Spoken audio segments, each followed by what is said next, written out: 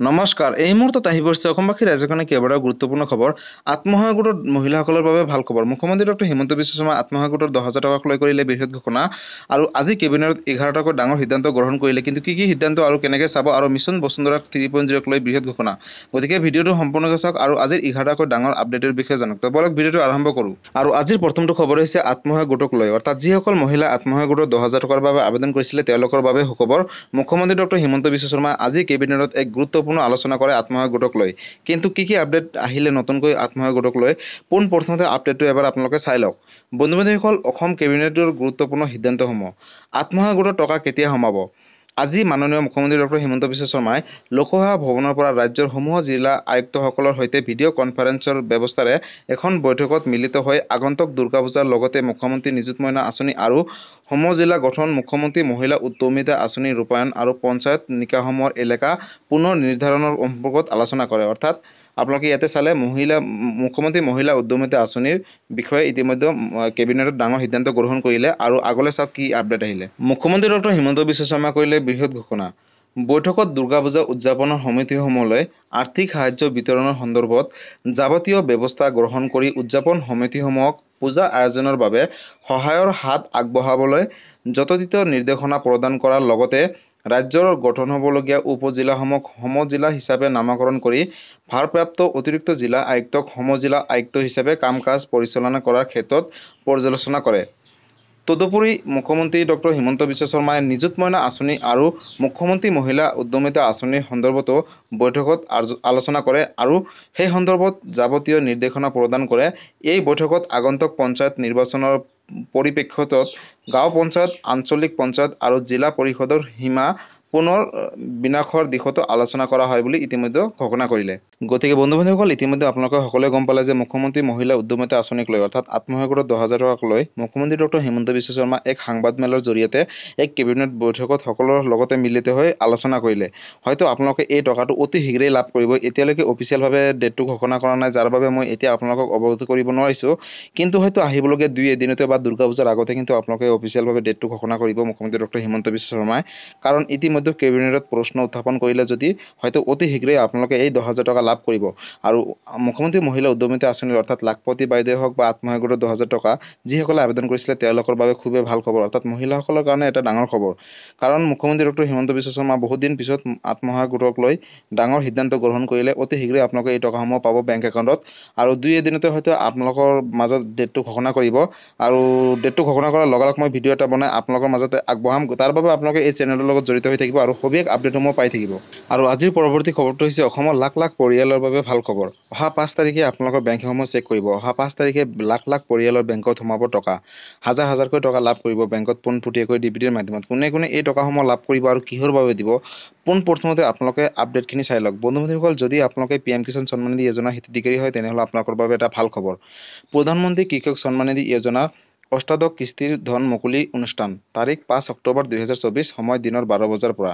মাননীয় প্ৰধানমন্ত্ৰী শ্ৰী নৰেন্দ্ৰ মোদী ডাঙৰীয়াই মহাৰাষ্ট্ৰৰ ৱাছিমৰ পৰা অষ্টাদশ কিস্তিৰ ধন মুকলি কৰিব। সকলো অংশ ল'বলৈ আহ্বান জনোৱা হ'ল।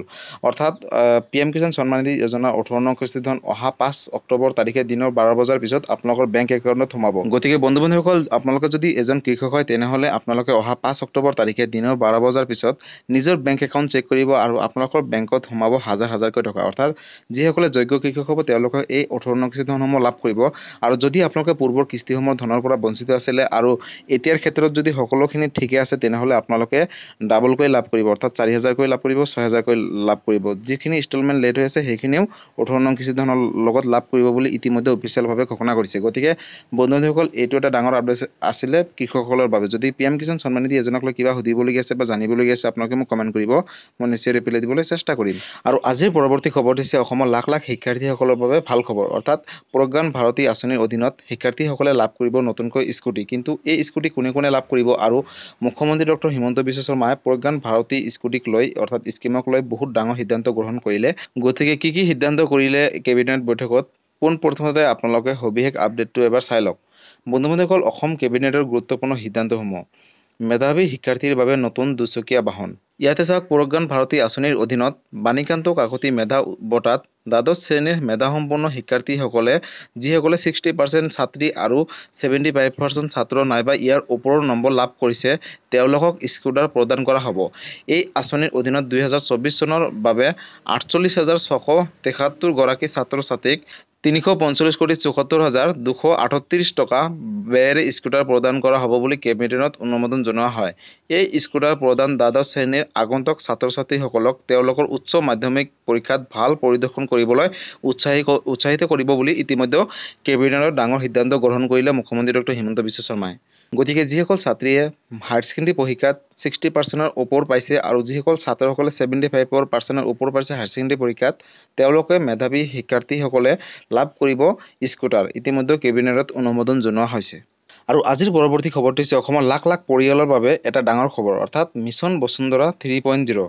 আজিৰে পৰা মিছন বসুন্ধৰা 3.0ৰ আবেদনৰ প্ৰক্ৰিয়াটো আৰম্ভ হৈ গৈছে অৰ্থাৎ 2 অক্টোবৰ তাৰিখৰ পৰা মিছন বসুন্ধৰা 3.0ৰ আবেদনৰ প্ৰক্ৰিয়াটো আৰম্ভ কৰিব বুলি ইতিমধ্যে মুখ্যমন্ত্ৰী ডক্টৰ হিমন্ত বিশ্ব শৰ্মাই ঘোষণা কৰিছিলে।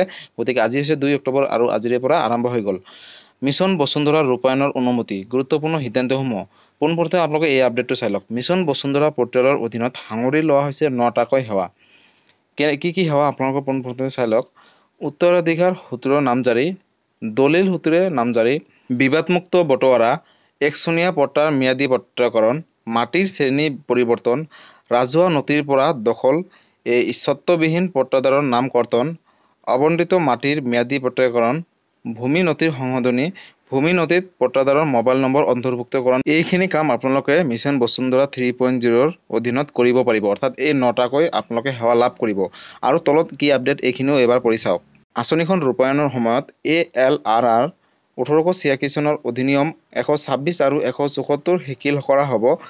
গ্ৰামাঞ্চলত একচনীয়া পট্টা ম্যাদীকৰণৰ ক্ষেত্ৰত কিস্তি ৰেহাইৰ ব্যৱস্থা, সকলো ধৰণৰ ভূমি সম্পৰ্কীয় বিবাদ দূৰীকৰণৰ বাবে পৰৱৰ্তী বিধানসভা অধিৱেশনত নতুন আইন অনা হ'ব আৰু জৰীপৰ সা-সৰঞ্জাম সম্পূৰ্ণৰূপে আধুনিকৰণ কৰা হ'ব। সকলো ৰাজহুৱা চক্ৰত সহকাৰী জৰীপ সঞ্চালক আৰু জৰীপ দল থাকিব। 2500টা মণ্ডল পদ সৃষ্টি কৰা হ'ব আৰু খালী পদসমূহ ক্ষীপ্ৰতাৰে পূৰণ কৰা হ'ব বুলি ইতিমধ্যে কেবিনেটত এটা ডাঙৰ সিদ্ধান্ত গ্ৰহণ কৰিছে। অৰ্থাৎ যিসকলে মিছন বসুন্ধৰা 3.0ৰ অধীনত যিসকলৰ মাটি বাৰীৰ সমস্যা আছে তেওঁলোকৰ বাবে এটা ভাল খবৰ। আজিৰে পৰাই আপোনালোকৰ মাটি বাৰীৰ সমস্যাখিনি সমাধান কৰিব পাৰিব। অনলাইনৰ মাধ্যমত আপোনালোকে মাটিৰ যিখিনি সমস্যা হৈ আছে সেইখিনি সমাধান কৰিব পাৰিব। আৰু আজিৰ পৰৱৰ্তী খবৰটো হৈছে অসমবাসী ৰাইজৰ কাৰণে আন এটা ডাঙৰ আঁচনি অৰ্থাৎ PMAYG অৰ্থাৎ চৰকাৰী ঘৰ। চৰকাৰী ঘৰক লৈ মুখ্যমন্ত্ৰী ডক্টৰ হিমন্ত বিশ্ব শৰ্মা কৰিলে বিশেষ ঘোষণা। অৰ্থাৎ দুখীয়া দৰিদ্ৰ পৰিয়াল যিসকলে এতিয়ালৈকে চৰকাৰী ঘৰ পোৱা নাই তেওঁলোকলৈ নতুন আপডেট। বন্ধুসকল, যদি আপোনালোকে এতিয়ালৈকে চৰকাৰী ঘৰ পোৱা নাছিলে আৰু যদি আবেদন কৰিম বুলি ভাবিছে তেনেহ'লে আপোনালোকৰ বাবে এটা সুখবৰ, কাৰণ মুখ্যমন্ত্ৰী ডক্টৰ হিমন্ত বিশ্ব শৰ্মাই চৰকাৰী ঘৰক লৈ কৰিলে ডাঙৰ সিদ্ধান্ত। পোনপ্ৰথমে আপডেটটো এবাৰ চাই লওক। চৰকাৰৰ বৃহৎ ঘোষণা, হাজাৰ হাজাৰ পৰিয়াললৈ বিনামূলীয়া চৰকাৰী পকী ঘৰ। আৰু আপুনি লাভ কৰা নাই নেকি এতিয়ালৈকে চৰকাৰী পকী ঘৰ? যদি লাভ কৰা নাই তেনেহ'লে ভাল খবৰ। চৰকাৰী ঘৰ লাভ নকৰা সকললৈ চৰকাৰৰ ডাঙৰ সিদ্ধান্ত গ্ৰহণ কৰিলে ইতিমধ্যে। আৰু ৰাজ্যৰ হাজাৰ হাজাৰ পৰিয়ালে লাভ কৰিব নতুনকৈ চৰকাৰী পকী ঘৰ। যদি লাভ কৰা নাছিলে ভাল খবৰ। সাজু কৰি ৰাখক প্ৰয়োজনীয় নথিপত্ৰ, যাৱতীয় সকলো নথিপত্ৰ আপোনালোকে শীঘ্ৰেই ঠিক কৰি ৰাখক। 1 লাখৰো অধিক পৰিয়ালক নতুনকৈ চৰকাৰে প্ৰদান কৰিব চৰকাৰী পকী ঘৰ। কেন্দ্ৰই অসমলৈ আগবঢ়াইছে 1,71,593টা পকী ঘৰ আৰু শীঘ্ৰেই আৰম্ভ হ'ব চৰকাৰী পকী ঘৰৰ বাবে আবেদনৰ প্ৰক্ৰিয়া অসমত। গতিকে আপোনালোকে যাৱতীয় নথিপত্ৰ ঠিক কৰি ৰাখক। তালিকাত নাম অহাৰ পিছতে একাউণ্টত সোমাব ঘৰ নিৰ্মাণৰ টকা। কোনো দুৰ্নীতি নোহোৱাকৈ হিতাধিকাৰীসকলক টকা পঠিয়াব চৰকাৰে। আৰু সাজু কৰি ৰাখক পান কাৰ্ড, ভোটাৰ কাৰ্ড, আধাৰ কাৰ্ড আৰু বেংক পাছবুক। যদি এইখিনি আছে আপোনালোকে লাভ কৰিব। আৰু PMAY ঘৰক লৈ হিমন্ত বিশ্ব শৰ্মাই কৰিলে বৃহৎ ঘোষণা। আপুনি লাভ কৰা নাই যদি তেনেহ'লে আপোনালোকে নতুনকৈ চৰকাৰী ঘৰৰ বাবে আবেদন কৰিব পাৰিব। আৰু আপোনালোকৰ ৰেচন কাৰ্ড থকাটো বাধ্যতামূলক। যদি ৰেচন কাৰ্ড আছে আৰু Aadhaar card, bank passbook, voter ID card অসমৰ স্থায়ী বাসিন্দা হয় তেনেহ'লে আপোনালোকে নতুনকৈ চৰকাৰী ঘৰ আবেদন কৰিব পাৰিব। কাৰণ কেন্দ্ৰই অসমলৈ পঠিয়াইছে নতুনকৈ 1,71,593টা পকী ঘৰ নিৰ্মাণ কৰিব। গতিকে যিসকল দুখীয়া দৰিদ্ৰ পৰিয়ালে এতিয়ালৈকে চৰকাৰী পকী ঘৰ পোৱা নাই আৰু যিসকলে ধৰক মধ্যবিত্ত পৰিয়ালৰ হয় আৰু যিসকলে যোগ্য হ'ব তেওঁলোকক নতুনকৈ চৰকাৰে পকী ঘৰ দিব বুলি ইতিমধ্যে ঘোষণা কৰিছে। গতিকে বন্ধু-বান্ধৱীসকল আজি আছিলে এইটো এটা ডাঙৰ আপডেট চৰকাৰী PMAY অৰ্থাৎ পকী ঘৰক লৈ।